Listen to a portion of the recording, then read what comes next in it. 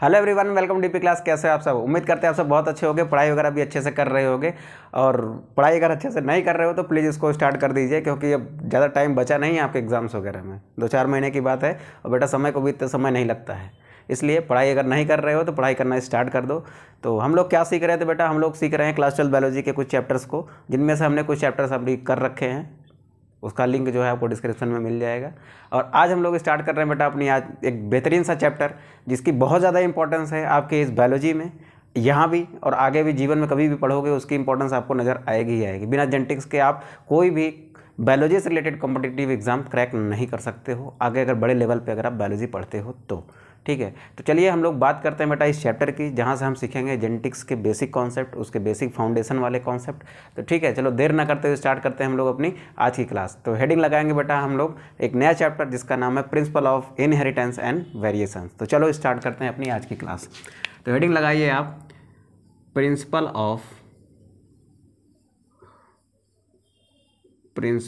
Of inheritance and variations.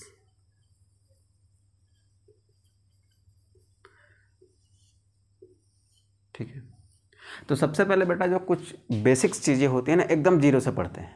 हम ये मान लेते हैं कि हमें ही कुछ नहीं पता है, एकदम शुरू से स्टार्ट करने की कोशिश करते हैं।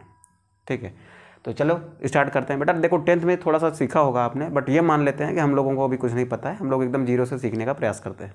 ठीक है, तो सबसे पहले हम डील करते हैं बेटा किससे? सबसे पहले डील करते हैं कि ये हेरिडिटी क्या होती है। ठीक है, तो सबसे पहले एक छोटी सी हेडिंग लगाते हैं हम लोग, हेरिडिटी। क्या लगाते हैं बेटा? हेरिडिटी। ठीक है, चलो देखते हैं बेटा हेरिडिटी क्या होती है। सबसे पहले आप ये समझने की कोशिश करिए कि माता पिता के जो कैरेक्टर्स हैं वो उनके बच्चों में ट्रांसफ़र होते हैं। ठीक है, मम्मी पापा के कैरेक्टर्स उनके बच्चों में ट्रांसफ़र होते हैं कि नहीं होते हैं? होते हैं। तो ये ट्रांसफ़र जो मम्मी पापा के कैरेक्टर का जो ट्रांसफ़र है उनके बच्चों में, उसको क्या कहते हो आप? हेरिडिटी कहते हो। Transfer of character from parents to their offspring is known as heredity. ठीक है, तो हेरिडिटी क्या है? हेरिडिटी में क्या होता है बेटा? आपके पास पेरेंट्स हैं, पेरेंट्स से कुछ चीज़ है वो ट्रांसफ़र हो रही है कहाँ पर? उनके बच्चों में। उनके बच्चों को आपने एक वर्ड इस्तेमाल किया उनके लिए, ऑफ स्प्रिंग्स। ठीक है, पेरेंट्स से ऑफ स्प्रिंग में क्या आ रहे हैं बेटा? आ रहे हैं कुछ कैरेक्टर, यानी ट्रांसफ़र हो रहे हैं। पेरेंट्स से ट्रांसफ़र हो रहे हैं क्या? कैरेक्टर्स। ठीक है, तो transfer of character from parents to their offspring is known as heredity. तो व्हाट इज हेरिडिटी? हेरिडिटी को डिफाइन करने की कोशिश करेंगे तो क्या लिखेंगे? Transfer of characters, transfer of characters from parents to there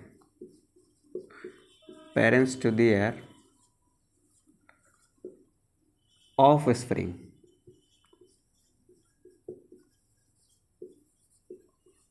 is called heredity। हमें ये समझ आ गया कि हेरिडिटी क्या है। पेरेंट्स से कैरेक्टर्स का ट्रांसफ़र होना ऑफ स्प्रिंग में क्या कहलाता है बेटा? हेरिडिटी कहलाता है। ठीक है, अब एक टर्म हम लोग देखते हैं। क्या हम लोग एक टर्म देखते हैं, छोटी सी, वेरिएशन। क्या देखते हैं बेटा? वेरिएशंस। ठीक है, तो समझते हैं बेटा वेरिएशंस क्या होती है। देखिए, हम लोग भी कहाँ से पैदा हुए हैं? अपने पेरेंट्स से पैदा हुए हैं। लेकिन आप खुद देखिए, क्या आप बिल्कुल अपने पेरेंट्स जैसे हैं? हो सकता है कुछ कैरेक्टर्स आपके फादर्स के आपके अंदर हों, उनके जैसे आप कुछ लगते हो। आपके अंदर कुछ ऐसे कैरेक्टर्स होंगे जो आपके मदर्स के जैसे होंगे। लेकिन आप जो हो ना, वो पूरी तरीके से ना आपके फादर जैसे हो, ना ही पूरी तरीके से आपके मदर जैसे हो। यानी उन दोनों के कैरेक्टर से कुछ कैरेक्टर ऐसे होंगे जो आप में अलग होंगे।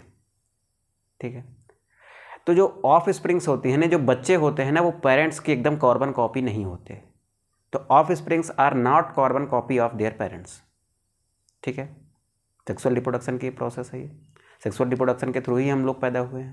ठीक है, तो हम लोग जो है ना, वो एक कार्बन कॉपी नहीं है किसके? अपने पेरेंट्स की। तो अगर कार्बन कॉपी नहीं है तो इसका मतलब हम लोगों में कुछ डिफरेंस है। ऑफ स्प्रिंग्स और पेरेंट्स में क्या होता है, कुछ डिफरेंस होता है, तो इसी डिफरेंस को आप क्या कहते हो, वेरिएशन कहते हो, बराबर है।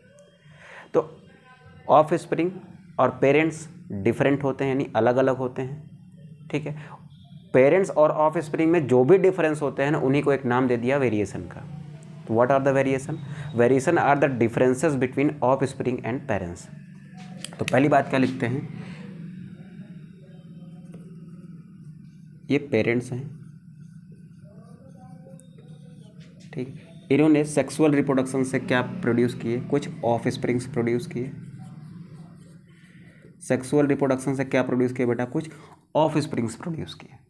तो ये क्या होते हैं बेटा, दोनों में कुछ डिफरेंस होता है, यानी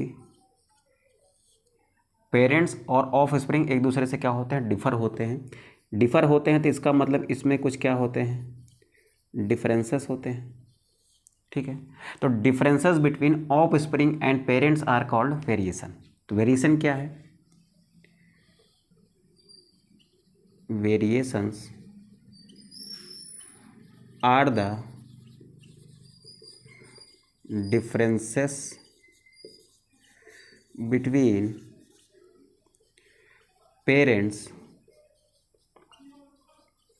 एंड देयर ऑफ स्प्रिंग्स, ठीक है। तो वेरिएशंस क्या होते हैं बेटा, देखो वेरिएशंस क्या हैं, पेरेंट्स और ऑफ स्प्रिंग दोनों सेम नहीं होते हैं, कुछ उसमें क्या होते हैं, डिफरेंसेस होते हैं। उन्हीं डिफरेंसेस को हम क्या कहते हैं, वेरिएशन कहते हैं, बराबर। अब ये जो वेरिएशन है क्या बेटा, हम लोगों ने क्या देखा, इससे हमने सीखा वेरिएशन को। अब ये जो वेरिएशन है ना, ये दो तरीके की हो सकती है, ठीक है। वेरिएशन कितने टाइप की हो सकती है बेटा, दो टाइप की। कितने टाइप की हो सकती है, दो टाइप की। एक वेरिएशन को कहते हो आप सोमैटिक वेरिएशन, क्या कहते हो आप, सोमैटिक वेरिएशन, ठीक है। फिर एक होती है बेटा आपकी जेनेटिक वेरिएशन, क्या होती है आपकी, जेनेटिक वेरिएशन, ठीक है। सोमैटिक वेरिएशन जो होती है ना, ये नॉन इनहेरिटेबल होती है, नॉन इनहेरिटेबल, यानी ये एक जनरेशन से दूसरी जनरेशन में नहीं जाएगी। मान लीजिए मेरे अंदर कोई चेंज आ गया, ठीक है। मान लो मैं सड़क पे कहीं जा रहा था, मेरा एक्सीडेंट हो गया, मेरे किसी पार्ट को काट के निकालना पड़ा। मान लीजिए मेरा हाथ खराब हो गया, मेरे हाथ को निकालना पड़ा। तो अब मेरे अंदर मेरे पेरेंट्स से तो डिफरेंस आ गया। मेरे पेरेंट्स के पास दो हाथ थे, दोनों लोग के पास, मम्मी पापा के पास, मेरे पास तो नहीं है, मेरे पास तो केवल एक ही हाथ है। तो मैं इस कैरेक्टर में डिफरेंस है ना, कि उनके पास दो हाथ है, मेरे पास एक है। तो यानी मेरे अंदर वेरिएशन है, लेकिन ये कैसी वेरिएशन है बेटा, ये एक ऐसी वेरिएशन है जो मुझे बाय बर्थ नहीं मिली हुई है, इन्वायरमेंट में चेंज आने की वजह से मिली है। इन्वायरमेंट में जो भी चेंजेस हो रहे हैं, मेरा एक्सीडेंट हुआ, ये भी घटना कहाँ घटी है, इन्वायरमेंट में ही घटी है, ठीक है। तो ये सारे, सॉरी कहना पड़ रहा है, एग्जांपल दे रहा हूँ मैं, ठीक। प्लीज़ बुरा मत मानना कि सर अपने एक्सीडेंट की बात कर रहे हैं, ठीक। तो देखो बात समझो, इन्वायरमेंट में मेरे बर्थ के बाद जो चेंज आया, उसके कारण मुझे अगर कुछ डैमेज हुआ या फिर मेरे किसी पार्ट में डैमेज हुआ, तो ऐसा तो नहीं है ना कि जो मेरी आने वाली जनरेशन होगी उसमें भी वो डैमेज पार्ट होगा। अब आप सोचोगे अगर मेरा हाथ एक डैमेज हो गया, तो मेरी जो आने वाली जनरेशन होगी, क्या वो सिंगल हाथ वाली होगी? आप खुद सोच के बताओ क्या ऐसा होगा? अगर मान लो मैं बहुत अच्छा क्रिकेट खेलता हूँ, बहुत अच्छी बैटिंग करता हूँ, बहुत अच्छी बॉलिंग करता हूँ, सब कुछ है, ठीक है, मेरे अंदर क्रिएटिंग के बहुत अच्छी स्किल्स है, तो मेरी जो जनरेशन आएगी, क्या ये स्किल उसके अंदर होगी? नहीं होगी भाई। वो अगर आएगा दुनिया में, अगर वो जनरेशन का जो भी होगा ऑफ स्प्रिंग, वो आएगा, लड़का होगा लड़की होगा, जो भी होगा वो आएगा, तो ऐसा तो नहीं है ना कि मेरी सारी क्रिकेट स्किल उसके अंदर चली जाएगी, ऐसा तो नहीं है। वो आएगा यहाँ पर मेहनत, अगर उसको क्रिकेट में इंटरेस्ट होगा, वो आएगा, मेहनत करेगा, स्किल डेवलप करेगा, उस तरीके की मेहनत करेगा, तब उसके अंदर वो स्किल्स आएंगे, अदरवाइज नहीं आएंगी। बाई बर्थ उसके अंदर वो चीज़ें नहीं होंगी, ठीक। मेरे पेरेंट्स को मान लो क्रिकेट खेलना नहीं आता था, मैं बहुत अच्छा क्रिकेटर था, तो इसका मतलब थोड़ी ना है कि मेरी आने वाली जनरेशन भी बहुत अच्छी क्रिकेटर होगी। मेरे और मेरे पेरेंट्स के बीच में क्या है, क्या है बेटा? एक तरीके की वेरिएशन है ना। मान लो मेरा एक हाथ कट गया, तो मेरे आने वाली जनरेशन का हाथ थोड़ी कटा होगा, उसके तो दोनों हाथ होंगे। तो ये एक ऐसी वेरिएशन थी जो इनहेरिट नहीं हुई, यानी पीढ़ी दर पीढ़ी ट्रांसफ़र नहीं हुई, तो इसको आप क्या कहोगे? ये सोमैटिक वेरिएशन है। अब मुझे मान लो चोट लगती है, मेरे एक कट का निशान पड़ गया, अब ये कट का निशान जो है तो मेरे पूरे जीवन भर रहेगा जब तक मैं ज़िंदा रहूँगा। लेकिन क्या जो मेरी आने वाली जनरेशन होगी उसके अंदर ये कट का निशान ऐसे पड़ा होगा? नहीं होगा। क्यों नहीं होगा? क्योंकि ये एक ऐसा वेरिएशन है ना जो बाई बर्थ नहीं मुझे मिला है, आफ्टर बर्थ मिला है। तो ये क्या होते हैं बेटा, ये नॉन इनहेरिटेबल होते हैं, नहीं ये एक पीढ़ी से दूसरी पीढ़ी में नहीं जाते हैं, सिंपल सी बात है। अब जेनेटिक वेरिएशन क्या होते हैं बेटा? जेनेटिक वेरिएशन एक ऐसे वेरिएशन होते हैं ना जो हेरिटेबल होते हैं। क्या होते हैं बेटा? हेरिटेबल होते हैं। हेरिटेबल का मतलब है कि एक पीढ़ी से दूसरी पीढ़ी में जाते हैं। अब सोचो मेरा ऐसा क्या चीज़ होगा जो मेरी जनरेशन में जाएगा? तो वो एक ही चीज़ है बेटा, वो है हमारा जेनेटिक मटेरियल। तो अगर मेरे जेनेटिक मटेरियल में कोई चेंज आया तो वो चेंज क्या होगा बेटा? इनहेरिट होगा, वो मेरे बच्चों में जाएगा। ठीक है, मुझे कोई जेनेटिकल डिसऑर्डर हो जाएगा, मेरे डीएनए में कोई प्रॉब्लम हो जाएगी, तो मेरा डीएनए ट्रांसफ़र होगा तो उसमें समस्या आएगी। समझ आ रही है बात? ठीक है, तो जेनेटिक जो वेरिएशंस होती हैं वो हेरिटेबल होती हैं और सोमेटिक वेरिएशंस क्या होती हैं? नॉन इनहेरिटेबल होती हैं। ठीक है, सोमेटिक वेरिएशन कब पैदा होती हैं? जब इन्वायरमेंट में कोई चेंज आता है। जेनेटिक वेरिएशन कब पैदा होती हैं? जब आपके जेनेटिक मटेरियल में कोई चेंज आता है। ठीक है, वेरिएशंस क्या थी समझ आ गया सर, हेरिडिटी क्या थी ये समझ आ गया। अब बात करते हैं एक छोटे से टर्म की जिसका नाम है इनहेरिटेंस। क्या है बेटा? इनहेरिटेंस। देखो पहले आप जेनेटिक्स की बेटा टर्मिनोलॉजी सीख लो, हो सकता है क्लास लेंदी हो जाए, प्लीज़ साथ बने रहना। ठीक है, चैनल को सब्सक्राइब किया अच्छी बात है, नहीं किया है तो प्लीज़ कर लेना। ठीक है, हमको भी थोड़ा सा मोटिवेशन मिलता है। ठीक है, तो बच्चों पहले हमको जेनेटिक की टर्मिनोलॉजी सीखनी है। जब हम टर्मिनोलॉजी सीख जाएंगे ना तो जेनेटिक्स के अंदर के जितनी भी चीज़ें हैं उनका अच्छा से पोस्टमार्टम करने लग जाएंगे। ठीक है, क्योंकि जेनेटिक की टर्मिनोलॉजी नहीं आएगी तो फिर हमको समस्या होने वाली है। तो पहले हम क्या करते हैं, एकदम बेसिक से सीखते हैं, हम ये मान के चल रहे हैं कि हमें कुछ नहीं पता है। ठीक है, तो चलो देखते हैं, टॉपिक डालिए बेटा आप छोटा सा, इनहेरिटेंस। हम लोग बात करेंगे किसकी बेटा? हम लोग बात करेंगे इनहेरिटेंस की। हम लोग बात करते हैं किसकी? इनहेरिटेंस की। ठीक है, अब देखो हमको पता है कि कैरेक्टर्स जो है वो पेरेंट्स से ऑफ स्प्रिंग में ट्रांसफ़र होते हैं। ठीक, उसको आपने हेरिडिटी कह दिया। तो ये पेरेंट्स से जो कैरेक्टर इसमें ट्रांसफ़र हो रहे हैं किसी न किसी प्रोसेस से हो रहे होंगे ना। तो जिस प्रोसेस के थ्रू ये कैरेक्टर्स पेरेंट्स से ऑफ स्प्रिंग में ट्रांसफ़र होते हैं ना, उस प्रोसेस को हम क्या कहते हैं? इनहेरिटेंस कहते हैं। तो इनहेरिटेंस क्या है? इनहेरिटेंस वो प्रोसेस है ना जिसमें पेरेंट्स से कैरेक्टर ट्रांसफ़र होते हैं उनके ऑफ स्प्रिंग में। ठीक है, तो ये क्या है बेटा? ये एक प्रोसेस है। इनहेरिटेंस क्या है? एक प्रोसेस है। It is a process, it is a process in which it is a process in which characters are, it is a process through which लिख दो ज़्यादा अच्छा लगेगा। it is a process through which characters are transferred, character are transferred from parents to their offspring,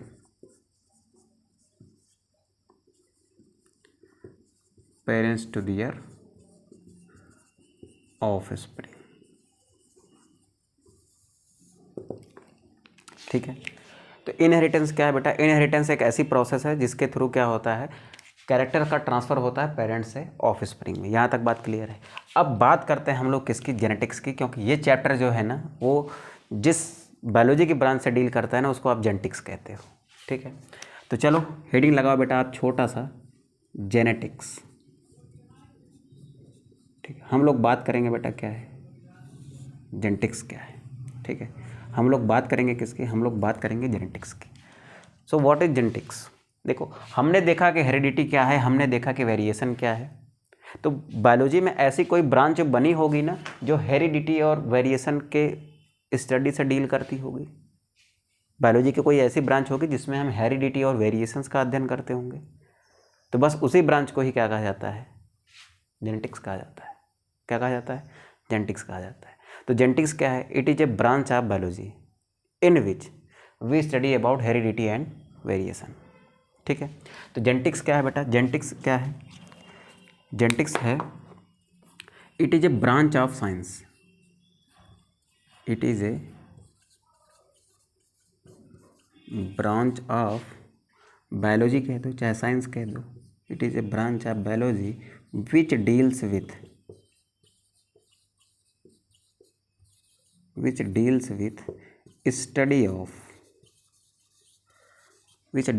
study of heredity and variations. ठीक है, ये biology की ऐसी ब्रांच है जो डील करती है किससे बेटा, जो डील करती है स्टडी से, किसकी स्टडी से, हेरिडिटी और वेरिएशंस की स्टडी से। ठीक है, अब जेनेटिक्स से रिलेटेड ना कुछ टर्म समझते हैं, फटाक से इसका आप स्क्रीनशॉट कर लो तो फिर हम आगे बढ़ते हैं। ठीक है, इसको थोड़ा सा मैं रफ करता हूँ, यहाँ तक का पूरा आप लिख लिए होंगे उम्मीद करते हैं, अगर नहीं लिख लिए होंगे तो प्लीज़ जल्दी से इसका स्क्रीनशॉट कर लीजिए, बाद में आप लिख लीजिएगा, फिर मैं थोड़ा सा आगे बढ़ता हूँ। चलो इसको थोड़ा सा ऐसे हटाता हूँ, फिर यहाँ पर लिखने का प्रयास करता हूँ जेनेटिक्स के बारे में कुछ खास बातें। सबसे पहली बात आप ये समझिए कि जेनेटिक्स क्या है, एक अच्छी सी ब्रांच है जिसमें हम किसकी स्टडी करते हैं बेटा, हेरिडिटी और वेरिएशंस की। तो ये जेनेटिक्स टर्म जो है किसी ने दी होगी, कोई तो ऐसा साइंटिस्ट होगा ना जिसने जेनेटिक्स टर्म दिया होगा।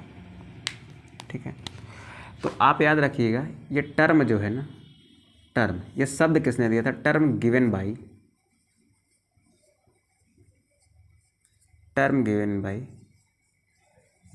बैटसन। किसने दिया था बेटा, टर्म दिया था बैटसन ने।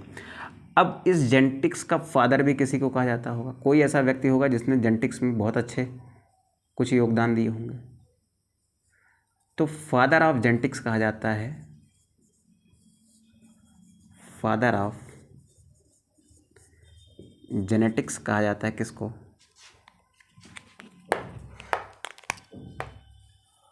ग्रेगर जॉन मेंडल को।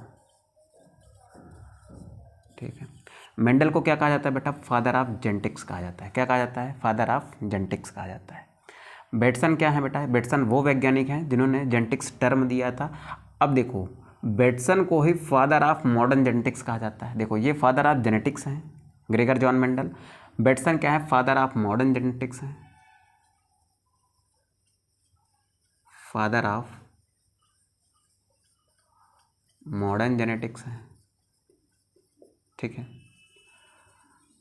फिर एक आदमी था जिसने जेनेटिक्स में बहुत अच्छे एक्सपेरिमेंट किए। ठीक है, जेनेटिक्स की फील्ड में उसने बहुत अच्छे कुछ एक्सपेरिमेंट किए हैं। क्या किए हैं बेटा, कुछ बहुत अच्छे एक्सपेरिमेंट किए हैं। उस आदमी का नाम क्या है, उस आदमी का नाम जो है ना बहुत ज़्यादा फेमस है, क्योंकि उसने जेनेटिक्स में इन एक्सपेरिमेंट के थ्रू ना ऐसा क्रांति लाया कि आज के सारे जेनेटिकल कॉन्सेप्ट ना उसी पर बने। ठीक है, तो उसका नाम है क्या बेटा, उसका नाम है टी एच मॉर्गन। क्या नाम है उसका, टी एच मॉर्गन। कैसे याद रखोगे, इंग्लैंड के एक बहुत अच्छे फेमस क्रिकेटर थे, बहुत लंबे टाइम तक कैप्टन भी रहे, इयॉन मॉर्गन नाम था, उन्हीं के नाम पे आप इनको याद रखिएगा कि उनके ही कोई एंसेस्टर रहे होंगे टी एच मॉर्गन साहब। ठीक है, तो जेनेटिक्स के फील्ड में बहुत अच्छे एक्सपेरिमेंट किए किसने, मॉर्गन ने। तो इनको क्या कहा जाता है बेटा, इनको कहा जाता है father of experimental genetics, father of experimental genetics, father of experimental genetics.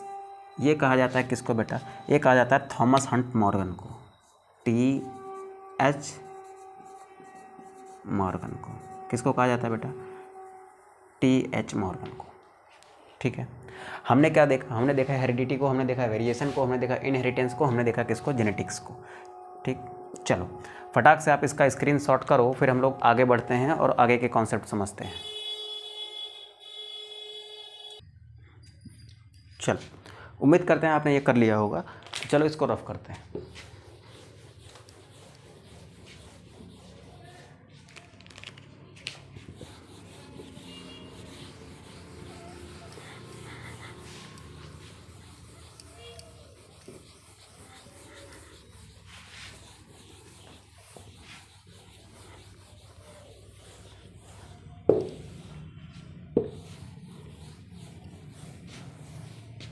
चलो हेडिंग डालो बेटा आप फटाक से, genetics, genetical terminology, genetical terminology. देखो इस टर्मिनोलॉजी में बेटा हम लोग कुछ ऐसे वर्ड्स को सीखेंगे ना जो जेनेटिक्स में यूज़ होते हैं। इसमें क्या सीखेंगे, हम कुछ ऐसे वर्ड्स को सीखेंगे जिनका जेनेटिक्स में बहुत जगह यूज़ होता है, उनके मीनिंग्स हमको आने चाहिए कि उसका मतलब क्या होता है। ये सारी चीज़ें अगर हमको पता रहेंगी तो जेनेटिक्स को समझना आसान हो जाएगा। ठीक है, तो चलो स्टार्ट करते हैं हम लोग। सबसे पहले स्टार्ट करते हैं बेटा हम लोग जीन से। ज़रा 1 मिनट रुकिएगा। हाँ ठीक है, चलो सबसे पहले हम स्टार्ट करते हैं बेटा किससे, हम लोग स्टार्ट करते हैं बेटा जीन से, कि जीन क्या होता है। ठीक, सबसे पहले स्टार्ट करते हैं किससे बेटा, जीन से। देखो जीन क्या होता है, देखिए हमको पता है कि हमारे जो कैरेक्टर्स हैं ना वो हमारे बच्चों में किसके थ्रू जाते हैं, वो जाएंगे हमारे डीएनए के थ्रू। अब सवाल ये है कि डीएनए होता कहाँ पर है। ठीक है, तो आंसर है बेटा डीएनए होता है न्यूक्लियस के अंदर। न्यूक्लियस के अंदर डीएनए कैसा होता है, हम लोग तो यूकैरियोट हैं, हम लोगों में जो न्यूक्लियस के अंदर डीएनए होता है ना वो हिस्टोन के साथ कंडेंस फॉर्म में होता है। ठीक है, तो हम समझते हैं डीएनए क्या है, हम समझेंगे क्रोमेटिन क्या है, हम समझेंगे क्रोमोसोम क्या है। हम मानते हैं ना कि हमारे अंदर 46 क्रोमोसोम होते हैं, 23 पेयर होते हैं। ठीक है, तो हम ये समझेंगे कि क्रोमोसोम क्या है। फिर हम लोग ये देखने की कोशिश करेंगे कि उस क्रोमोसोम में जीन क्या होते हैं, या फिर उस डीएनए में जीन क्या होते हैं, जीन का क्या फंक्शन होता है। ठीक है, तो ये सारी चीज़ें समझने की कोशिश करेंगे। तो सबसे अच्छा जो सबसे बेसिक चीज़ है ना वो है बेटा हमारा जीन, क्योंकि जीन से ही हमारी क्या डेवलप होती है, जेनेटिक्स। ठीक है, तो फर्स्ट ऑफ ऑल हम सीखने की कोशिश करते हैं कि व्हाट इज़ जीन। तो देखो सबसे पहले हम एक छोटा सा डीएनए बनाते हैं। ये क्या है बेटा, मेरा एक DNA. What is this, this one is my DNA.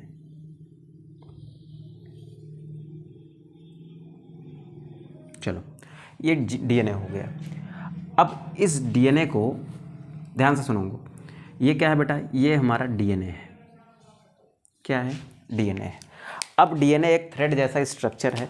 अब इस थ्रेड जैसे स्ट्रक्चर को ना मैं कंडेंस कर देता हूँ। ठीक है, कंडेंस करने का मतलब जैसे एक धागे जैसी संरचना है। अब मैं चाहता हूँ कि इस इतने बड़े धागे जैसी संरचना को आप क्या करो, इस धागे जैसी संरचना को आप क्या करो, छोटा करके कहीं रख दो।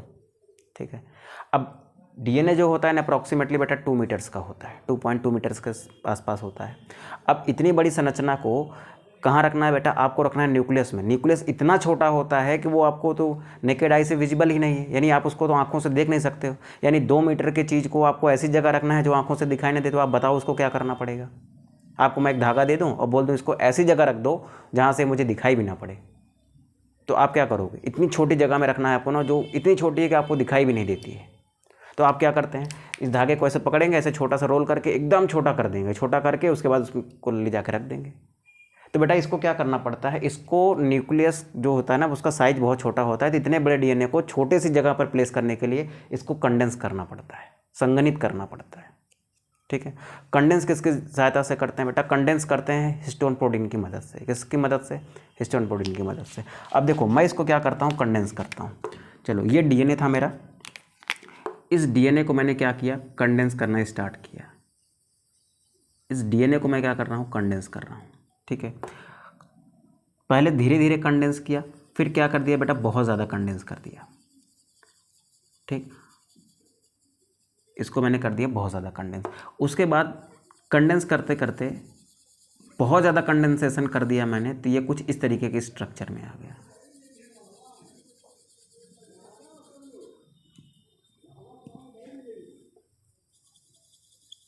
इस तरीके के कंडीशंस में आ गया। ठीक है, ये देखो इतना ज़्यादा कंडेंस हो गया बेटा ये। ठीक, अब ध्यान से सुनेंगे। पहली बात तो ये क्या है बेटा, ये है मेरा डीएनए।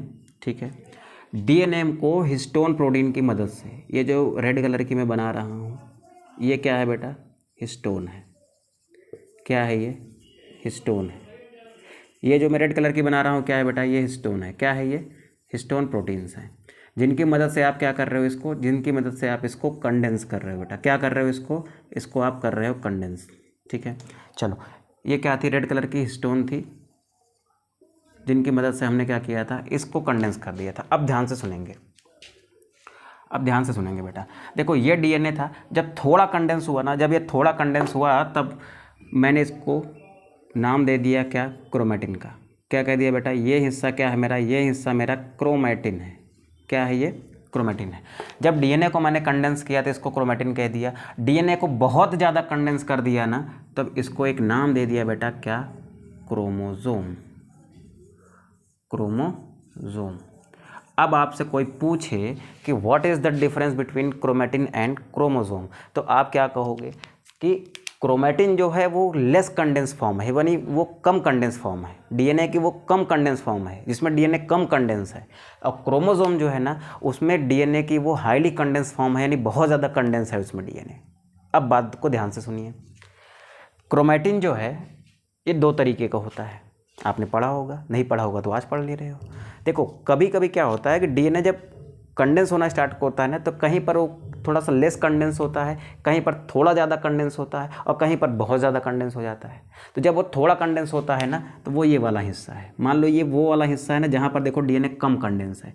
तो इस देखो ये भी यहाँ से यहाँ तक ये क्रोमेटिन है, और ये क्रोमेटिन का वो पार्ट है ना जो कम कंडेंस है, तो इसको हम कहते हैं बेटा यूक्रोमेटिन।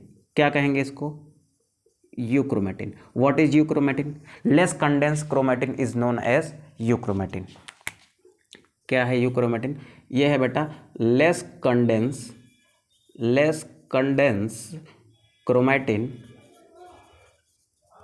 Is euchromatin. क्या है बेटा वो? यूक्रोमेटिन। ठीक है। और इसके बाद देखो यहाँ से यहाँ तक का क्रोमेटिन, देखो यहाँ से यहाँ तक का क्रोमेटिन, यहाँ से यहाँ तक का क्रोमेटिन, देखो ये बहुत ज़्यादा कंडेंस है कि नहीं है? ये बहुत ज़्यादा कंडेंस है। इस बहुत ज़्यादा कंडेंस वाले क्रोमेटिन को आप क्या कहते हो? इसको आप कहते हो बेटा हेटेरोक्रोमेटिन। ठीक है। देखो कोई जल्दीबाजी नहीं है बेटा, हम लोग आराम से सीखेंगे। मेरा आपसे प्रॉमिस है, अगर क्लास को आप पूरा देखोगे ना, तो डेफिनेटली बहुत फ़ायदा होगा आपको। और एक दिन में आपको 2 लेक्चर पर डे मिलेंगे कल से, ये मेरा प्रॉमिस है। एक अभी शाम में मिला करेगा, और एक क्या मिला करेगा बेटा? मॉर्निंग में। आपको पर डे 2 लेक्चर मिला करेंगे सेम चैप्टर के। ठीक है। अगर आप लोग ऐसे साथ बने रहोगे तो एक नया चैप्टर भी स्टार्ट कर देंगे हम, चाहे वो कहोगे जियोलॉजी सेक्शन से, चाहे वो कहोगे बायोलॉजी सेक्शन से।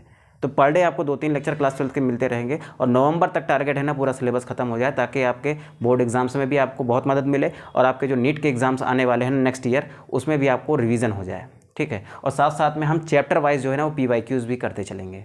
ठीक है। उसकी भी एक सीरीज़ चलती रहेगी। तो पर डे आपके लिए जो है ना पर्टिकुलर 2-3 क्लासेस आपको मिलती रहेंगी। ठीक है। तो इसलिए चैनल को सब्सक्राइब कर लीजिएगा।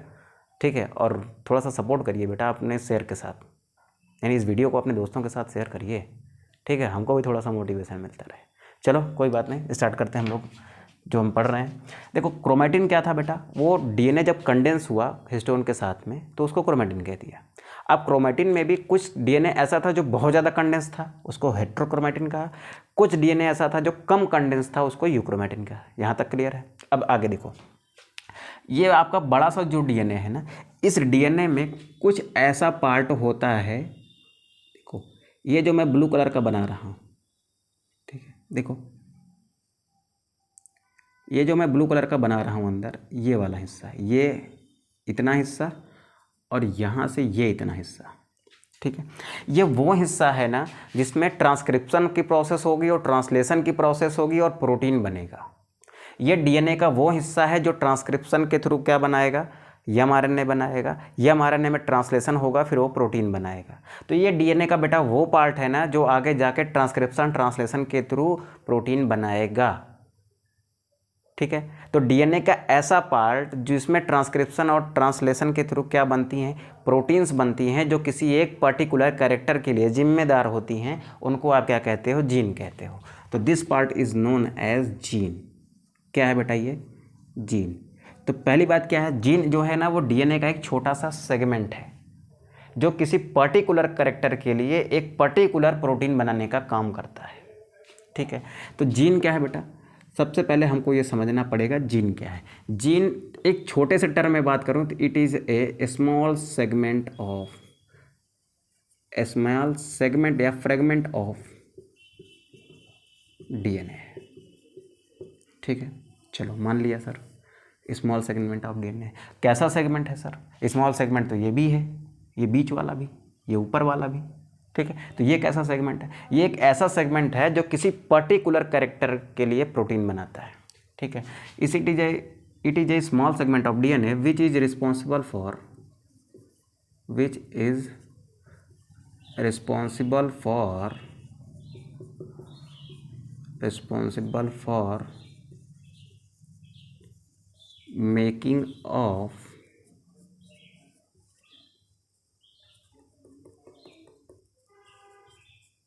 particular protein of a particular character।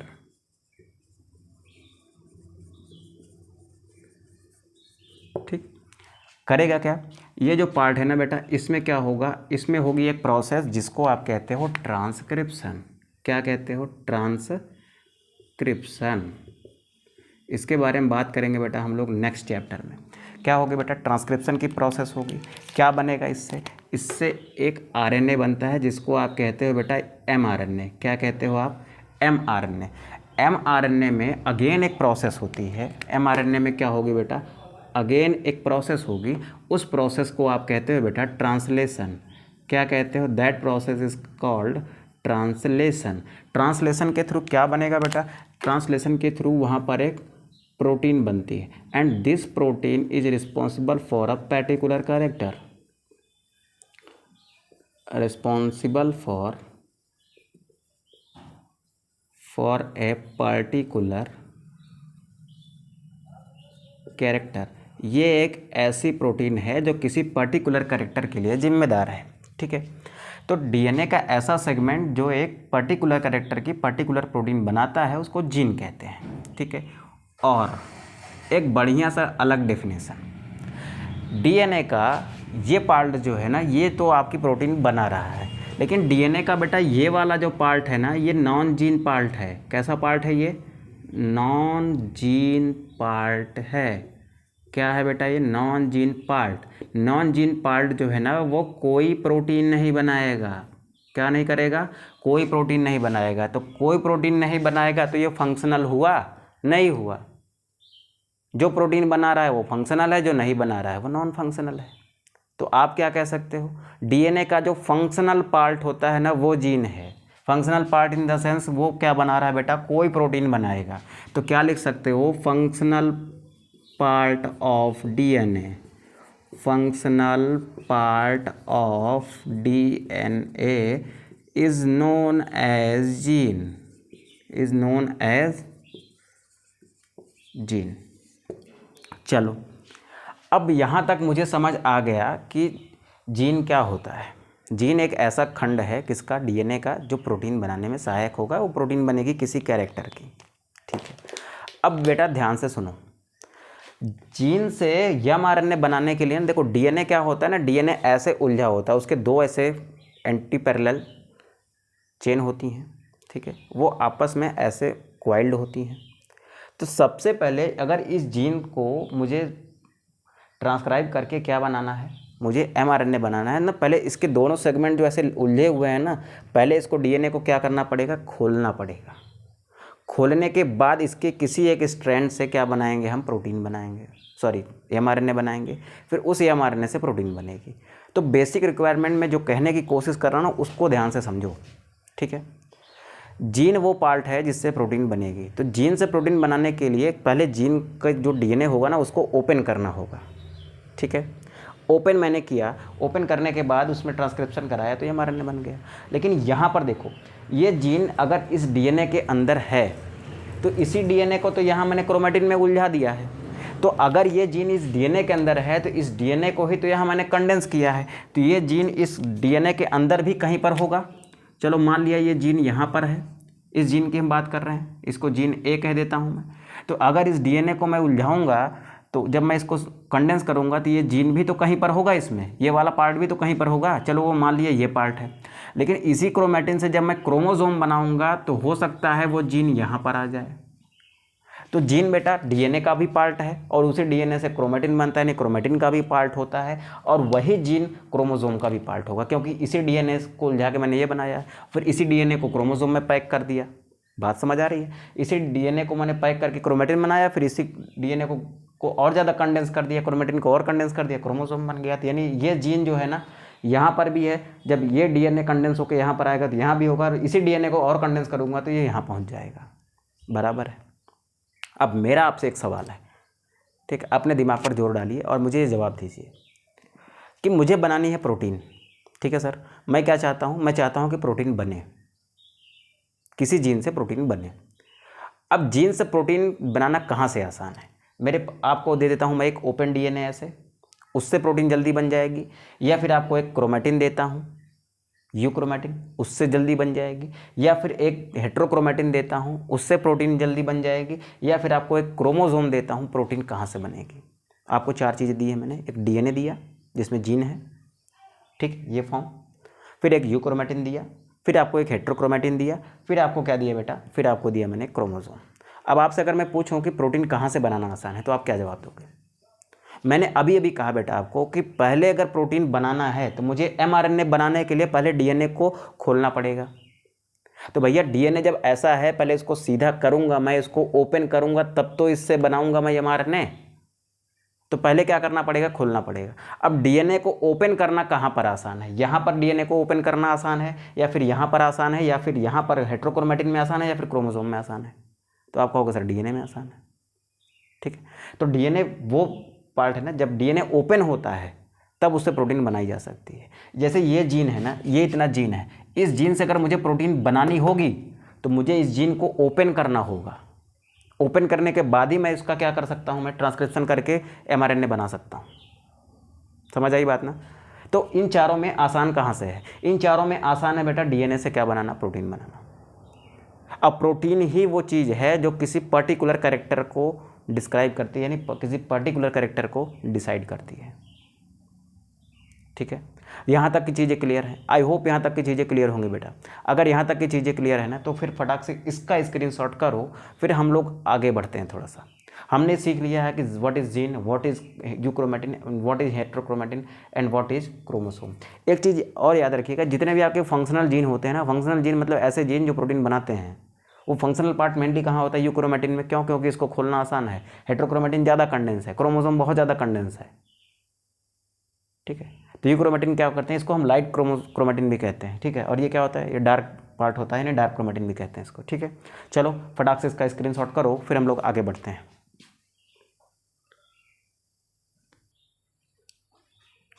चलो, तो ये बात बेटा समझ आ गई होगी। कई बार मैंने रिपीट कर दिया, इसीलिए रिपीट कर दिया, आप बोर हो गए होगे उसके लिए सॉरी, बट कई बार रिपीट कर दिया ताकि आपको कॉन्सेप्ट बैठ जाए यहाँ पर।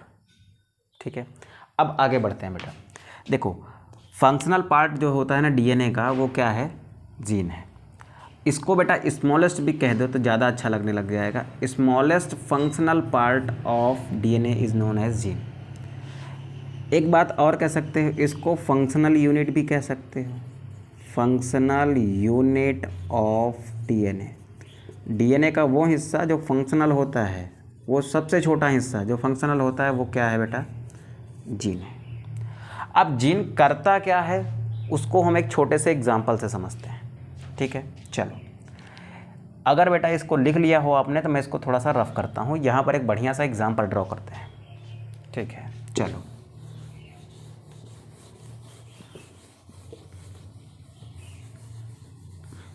देखो जब हम बात करते हैं बेटा बेसिक्स की ना, तो फिर अच्छे से बेसिक्स सीखने चाहिए, क्योंकि ये क्या है, ये एक ऐसी चीज़ें हैं ना कि अगर आप इसको अच्छे से सीखोगे ना तो आप इसके ऊपर के कॉन्सेप्ट को बहुत अच्छे से पकड़ पाओगे। तो चलो स्टार्ट करते हैं बेटा। हम लोग क्या बनाते हैं, हम लोग एक प्लांट बनाते हैं।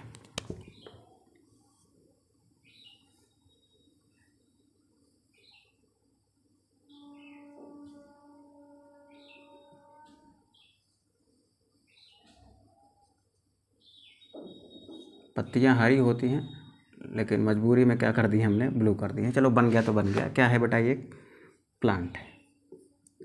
अब प्लांट के अंदर इसकी सेल होगी, सेल के अंदर क्या होगा बेटा, डीएनए होगा। प्लांट की क्या होगी, सेल होगी, उसके सेल में क्या होगा, डीएनए होगा। ठीक है, अब इसके डीएनए में क्या होगा, इसके डीएनए में होगा बेटा जीन। ठीक, और हर जीन ना एक कैरेक्टर को कंट्रोल करता है। जीन जो होता है बेटा किसको कंट्रोल करता है, कैरेक्टर को। जैसे ये प्लांट है तो इस प्लांट की कुछ हाइट होगी, इसकी हाइट ज़्यादा होगी कि कम होगी। प्लांट की जो हाइट है ना, ये क्या है, उसका एक कैरेक्टर है। क्या है बेटा, ये कैरेक्टर है। आपकी लंबाई जो है ना, आपकी हाइट जो है, वो क्या है, एक कैरेक्टर है।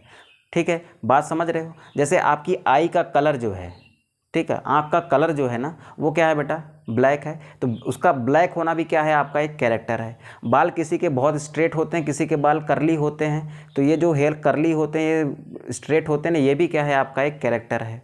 ठीक है। तो प्लांट की हाइट मान लिया मैंने क्या है, कैरेक्टर है। ठीक है। तो एक जीन है बेटा, हर जीन एक कैरेक्टर को कंट्रोल करता है। ठीक उसी तरीके से ये जो जीन है ना, ये क्या कंट्रोल करता है बेटा, ये कंट्रोल करता है किसको, प्लांट की हाइट को। किसको कंट्रोल करता है, प्लांट की हाइट को। अब ध्यान से सुनिए, प्लांट के अंदर अगर ग्रोथ हार्मोन बनेंगे, प्लांट के अंदर अगर ग्रोथ हार्मोन बनेंगे उसकी हाइट ज़्यादा होगी। प्लांट के अंदर ग्रोथ हार्मोन नहीं बनेंगे, कम बनेंगे, हाइट कम। तो प्लांट की हाइट एक कैरेक्टर है जिसको ये जीन कंट्रोल कर रहा है। ठीक है। तो अब समझने का प्रयास करते हैं। ये बेटा एक जीन है, दिस इज ए जीन जो कंट्रोल कर रहा है एक कैरेक्टर जिसको आप कहते हो प्लांट हाइट। क्या कहते हो, प्लांट हाइट। ये क्या है, ये एक कैरेक्टर है।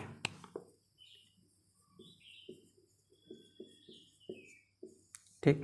अब प्लांट की हाइट को कैसे कंट्रोल करता है ये जीन, वो समझो। ये क्या बनाता है बेटा, ये जीन जो है ना, इसने बनाया एक mRNA।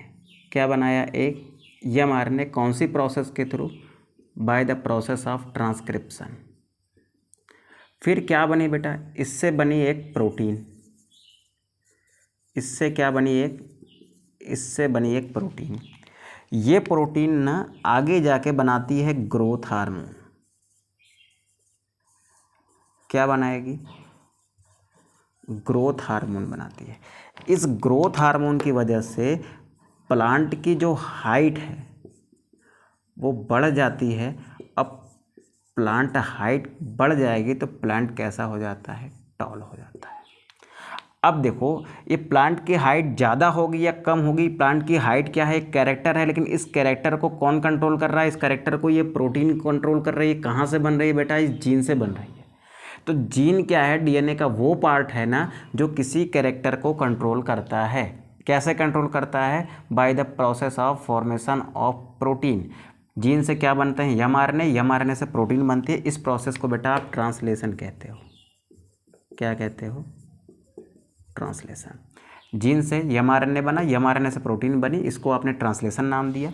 अब ये प्रोटीन जो थी ना, एक्चुअल में क्या थी, ये ग्रोथ हार्मोन थी जिसकी वजह से प्लांट की हाइट बढ़ गई। अब इसकी हाइट के पीछे कौन जिम्मेदार, तो इसके पीछे जीन जिम्मेदार। ठीक है। तो बेटा किसी भी कैरेक्टर के लिए कौन जिम्मेदार होता है, जीन जिम्मेदार होता है। तो आपकी बॉडी में जितने भी कैरेक्टर्स होंगे उन कैरेक्टर्स के लिए कोई ना कोई एक जीन होगा जो उस कैरेक्टर के लिए जिम्मेदार प्रोटीन को बनाता होगा। हर कैरेक्टर के लिए कौन रिस्पॉन्सिबल, उसकी प्रोटीन, वो कहाँ से बनेगी, वो बनेगी जीन से। यहाँ तक क्लियर है। ठीक है। अब यहाँ तक क्लियर हो गया बेटा, तो आई होप जीन का कॉन्सेप्ट क्लियर है आपको। ठीक है। अगर जीन का कॉन्सेप्ट क्लियर है तो हम थोड़ा सा आगे बढ़ते हैं। इसका भी स्क्रीनशॉट कर लो, फिर आगे चलते हैं। चलो,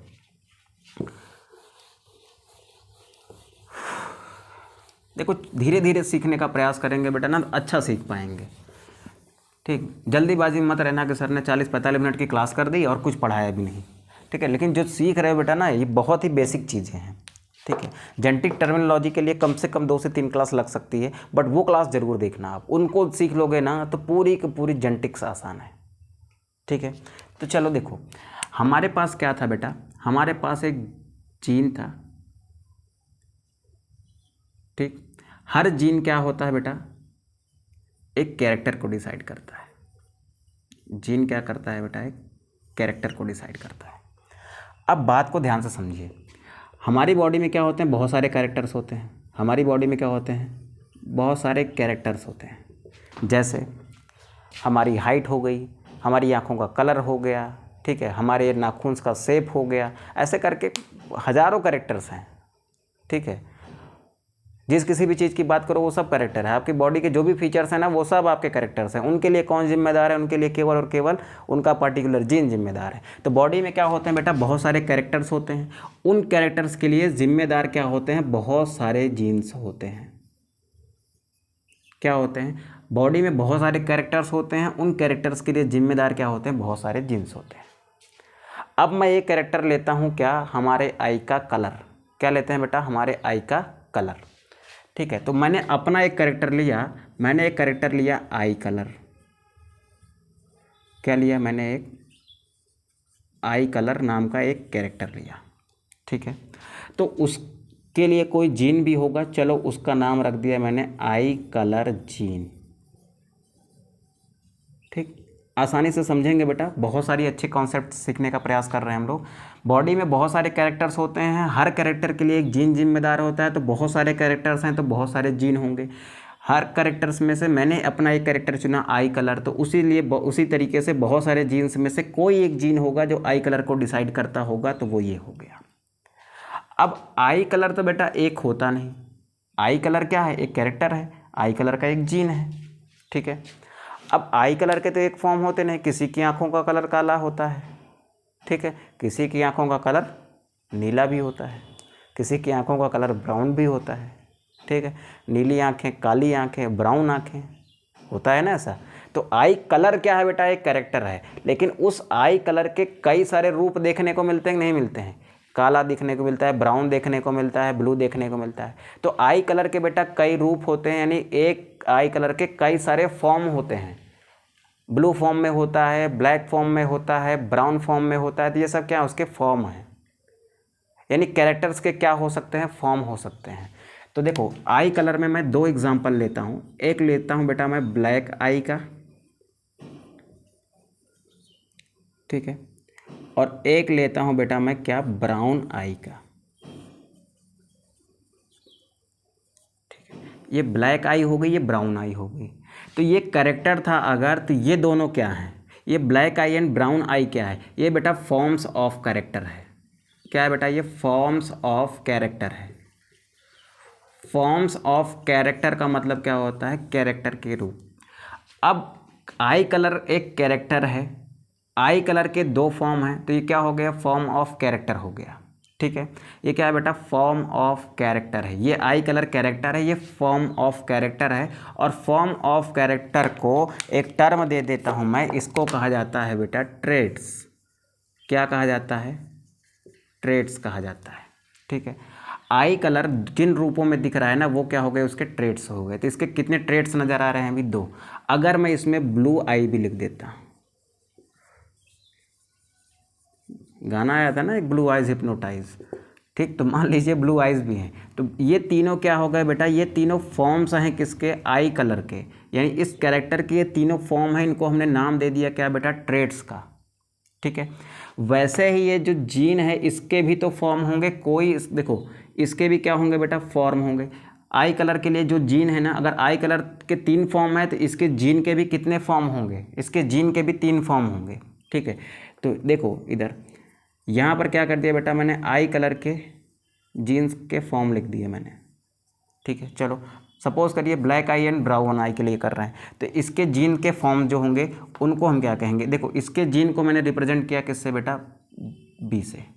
ठीक है, तो इसके जीन के लिए जो अल्फ़ाबेट इस्तेमाल करता हूँ वो बी करता हूँ।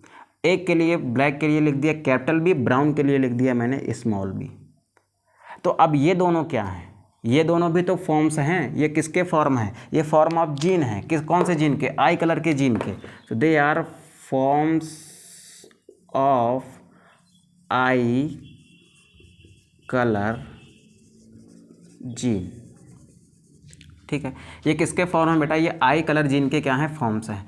तो इन फॉर्म्स को क्या कहोगे, इन फॉर्म्स को, आई कलर का जो जीन है ना, इन जीन के ये दोनों कंट्रास्टिंग फॉर्म्स हैं, यानी एक दूसरे के विपरीत है ना, तो ये क्या है बेटा, ये कंट्रास्टिंग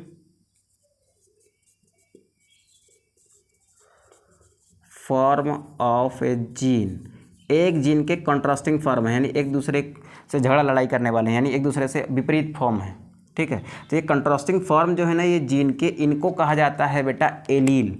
क्या कहा जाएगा बेटा, एलील कहा जाएगा। क्या कहा जाएगा, एलील कहा जाएगा। क्या कहेंगे इसको, एलील। अब बात समझो, कैरेक्टर्स को देखा मैंने, आई कलर क्या था, कैरेक्टर था, तो कैरेक्टर के लिए जीन होता है, तो आई कलर अगर एक कैरेक्टर है, ये क्या है बेटा, एक तरीके का कैरेक्टर है, तो ये क्या होगा, ये एक जीन होगा responsible for that particular character. तो ये वो जीन है जो आई कलर के लिए रिस्पॉन्सिबल है। अब अगर कैरेक्टर के फॉर्म्स हो सकते हैं जिनको हम ट्रेट्स कहते हैं, तो उसी तरीके से इसके लिए जो जीन जिम्मेदार था उसके भी तो फॉर्म्स हो सकते हैं। तो अगर कैरेक्टर के फॉर्म्स को ट्रेट्स कहा जाता है तो इन जीन के फॉर्म्स को क्या कहा जाएगा बेटा? एलील कहा जाएगा। तो यहाँ से हमने सीखा कि एलील क्या होते हैं। ठीक, हमने क्या सीखा बेटा? एलील क्या होते हैं। ठीक है, इतना सब करने के बाद हमने सीखा एलील क्या होते हैं। एलील क्या होते हैं बेटा? Contrasting form of a gene are called allele. Contrasting form of a gene is called allele. ठीक है, यहाँ तक बात क्लियर हो गई बेटा। कॉन्ट्रास्टिंग फॉर्म यानी ये जो ब्लैक आई का जीन होगा, ब्राउन आई का जीन होगा, एक दूसरे का कॉन्ट्रास्टिंग कैरेक्टर है, तो इसके लिए क्या होंगे? कॉन्ट्रास्टिंग जीन होंगे, जिनको हम क्या कहेंगे? एलील कहेंगे। यानी किसी कैरेक्टर के जितने ट्रेट्स होंगे ना उसके उतने ही क्या होंगे? एलील्स होंगे। किसी कैरेक्टर के जितने ट्रेट्स होंगे उसके उतने क्या हो सकते हैं? एलील्स हो सकते हैं। ठीक है, थोड़ा सा समझने की कोशिश करते हैं। अभी आगे देखेंगे कि ट्रेट्स आपको अलग दिखेंगे, एलील कम दिखेंगे। ठीक है, ब्लड ग्रुप पढ़ेंगे तो वहाँ पर देखेंगे, वहाँ पर कई फॉर्म दिख जाएंगे। ब्लड ग्रुप के 4 फॉर्म होते हैं, एलील 3 होते हैं। वो 3 एलील मिलके क्या करते हैं? 4 ब्लड ग्रुप बना देते हैं। ठीक है, तो वो अलग कॉन्सेप्ट है, उसको बाद में सीखेंगे। मैं अपनी ही बात को आगे ब्रेक करूँगा। ठीक है, फिलहाल अभी जो बेसिक सीखना है बेटा वो ये सीखना है, क्योंकि हमको मेंडेलियन जेनेटिक्स भी तो सीखनी है ना। तो मेंडेलियन जेनेटिक्स सीखने के लिए थोड़ा सा टर्मिनोलॉजी में घुसना पड़ता है। ठीक है, तो बेटा आज तक के लिए इतना ही रखते हैं, और फिर ये सीखते हैं कि ये जो जीन है ना ये एक्चुअली कहाँ होते हैं? क्रोमोसोम पर होते हैं। ठीक है, अगली क्लास बहुत ही अच्छी होने वाली है, क्योंकि बेसिक्स हमारे यहाँ से बन गए हैं। हमने एक आधार बना लिया है कि इसी से ऊपर हम लोग धीरे धीरे सीखते जाएंगे। तो प्लीज़ क्लास को मत मिस करिएगा। नेक्स्ट मॉर्निंग थोड़ा सा 8-10 घंटे 12 घंटे बाद आपको वो क्लास भी अवेलेबल हो जाएगी। ठीक है, तो प्लीज़ पेशेंस बनाए रखिए और ऐसे ही साथ दीजिए। ठीक है, तो चलो मिलते हैं नेक्स्ट क्लास में। तब तक के लिए अपना ख्याल रखिए और अच्छे से पढ़ाई करिए। मिलते हैं बेटा नेक्स्ट क्लास में। ठीक है, अच्छा जाने से पहले एक बात और लिख देता हूँ। ये जो जीन है ना, जीन जो टर्म है किसके द्वारा दिया गया था? This term was given by Johansson. This term was given by Johansson. ठीक है, तो चलो आप इसको स्क्रीनशॉट कर लो अच्छे से, और मिलते हैं बेटा नेक्स्ट क्लास में एक अच्छे टॉपिक्स के साथ में, अच्छी टर्मिनोलॉजी के साथ में। वहाँ पर कोशिश करेंगे सारी टर्मिनोलॉजी को ख़त्म करने की। 50 मिनट या 1 घंटे की क्लास हो सकती है वो, वहाँ पर सारी टर्मिनोलॉजी को कंक्लूड कर देंगे। ठीक है, फिर हम चलेंगे 1 जीन इनहेरिटेंस पर। ठीक है, मेंडेलियन जेनेटिक्स पर। तो मिलते हैं बेटा नेक्स्ट क्लास में, तब तक के लिए बाय।